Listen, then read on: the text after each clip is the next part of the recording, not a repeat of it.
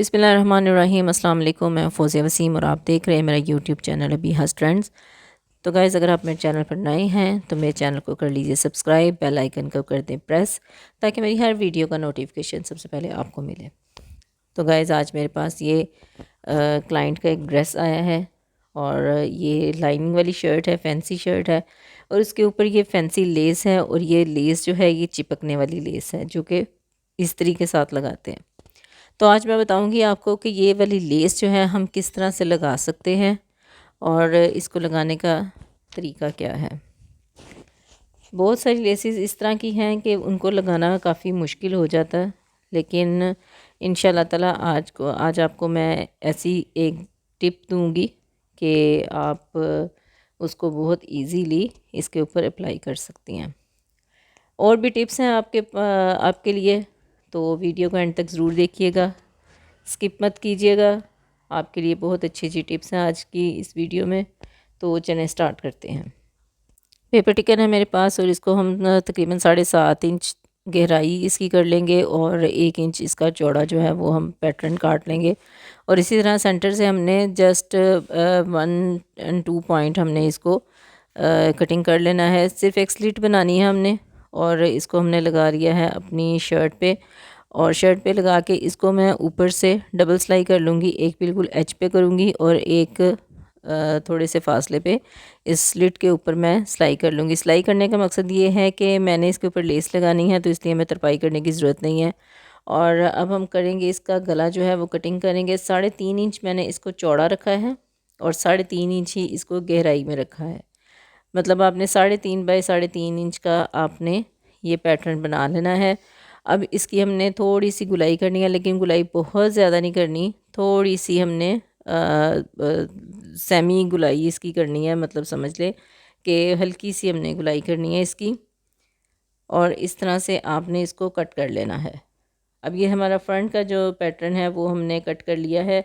अब ये जो इसकी कटिंग निकली है हमने इसको ही बैक साइड पर रख के इसका हमने चौड़ाई का हिसाब लगा लेना है और 1 इंच जो है हमने इसकी गहराई कर लेनी है।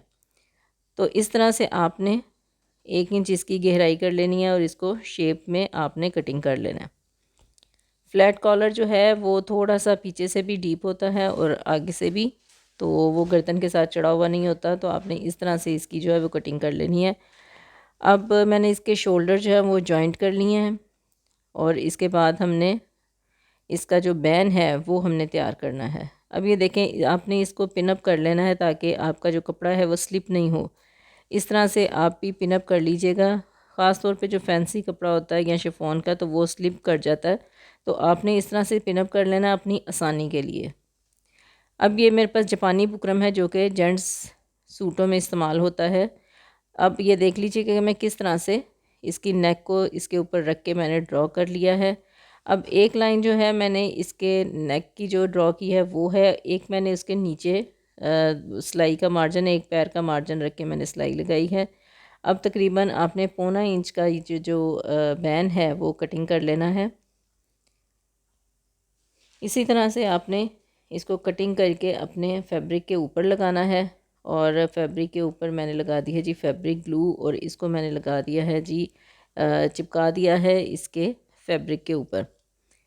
अब ये देखें, आपके लिए इजी हो जाएगा इसको बैन को लगाना और ये कहीं से भी स्लिप नहीं होगा। एक बहुत अच्छी टिप देने वाली हूँ मैं आपको इसी बैन के हवाले से। ये ग्लू बहुत ज़बरदस्त है, आप इसको यूज़ करें तो आप यकीन करें बहुत आपको इजी लगेगा काम करना। अब ये मैं आपको इसकी बैन की जो पूरी लंबाई है वो भी बता देती हूँ जी। 20 इंचज़ इसकी बैन की लंबाई है। अगर आप 3.5 बाय 3.5 इंच का गला रखती हैं तो उस पर 20 इंच का बैन लगेगा। तो ये मैंने इसको बैन जो है वो एक साइड से लगा लिया है। अब मैं दूसरी साइड से भी इस बैन को लगा रही हूँ। आपने इसी तरह से इसको सिलाई कर लेना है। अब ये आपको मैं एक जो बहुत ज़बरदस्त टिप दे रही हूँ, अक्सर मेरी जो बहनें हैं वो बैन लगाते हुए उनका जो बिल्कुल एंड से आके बैन थोड़ा खिसक जाता है, स्लिप हो जाता है, जिसकी वजह से उसका कॉर्नर अच्छे नहीं बन पाते। तो आपने क्या करना है, आपने इसका कॉर्नर बिल्कुल ठीक करके उसके अंदर थोड़ी सी ग्लू लगानी है और ग्लू लगा के उसको आपने चिपका देना है। आप यकीन करें आपका बैन इतना नीट क्लीन बनेगा कि आप खुद हैरान रह जाएंगी कि इतना प्यारा बैन। तो ये देखें, इसी तरह से मैंने इसको लगा दिया है ग्लू और मैंने इसको चिपका दिया। अब ये किनारे हमारे बिल्कुल रेडी हो चुके हैं। अब ये ना तो स्लिप करेंगे और ना ही ये छोटे बड़े होंगे। तो ये देखिए कितना प्यारा इसका कॉर्नर बन गया है। अब आप इसको इजीली सिलाई करें और देखें कि आपने कितना प्यारा बैन बना लिया है। तो ये देखिए मैंने इसको सिलाई कर लिया। सिलाई करने के बाद हमारा जो एंड का मरहला रह गया है वो रह गया है जी इस लेस लगाने का। लेस लगाना इसके ऊपर बहुत मुश्किल है और वो भी हाथ से। मैंने सुई के साथ ट्राई किया बट मैं इसको नहीं लगा पाई।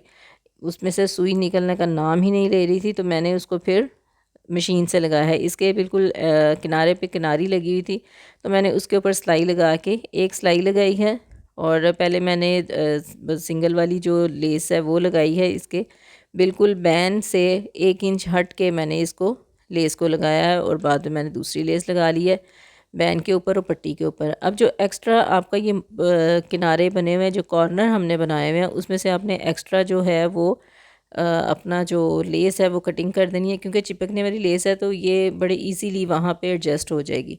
अब मैंने हल्की हल्की जो कॉर्नर से इसकी लगाई है, इस्त्री लगाई है, तो उसकी वजह से ये चिपक गई। और जो इसके लीफ बने हुए थे उन पे मैंने ग्लू लगा के उनको चिपका दिया। तो ये देखिए कितनी अच्छे तरीके से ये मेरी लेस लग चुकी है और कॉर्नर भी इसके सारे बिल्कुल बहुत नीट बन गए हैं और ये जो लेस के एंड के लीव्स थे वो भी बहुत अच्छी तरह से चिपक चुके हैं। तो गाइज़, अगर आपको मेरी आज की वीडियो पसंद आई हो तो लाइक एंड शेयर ज़रूर कीजिएगा और इन्जॉय करें।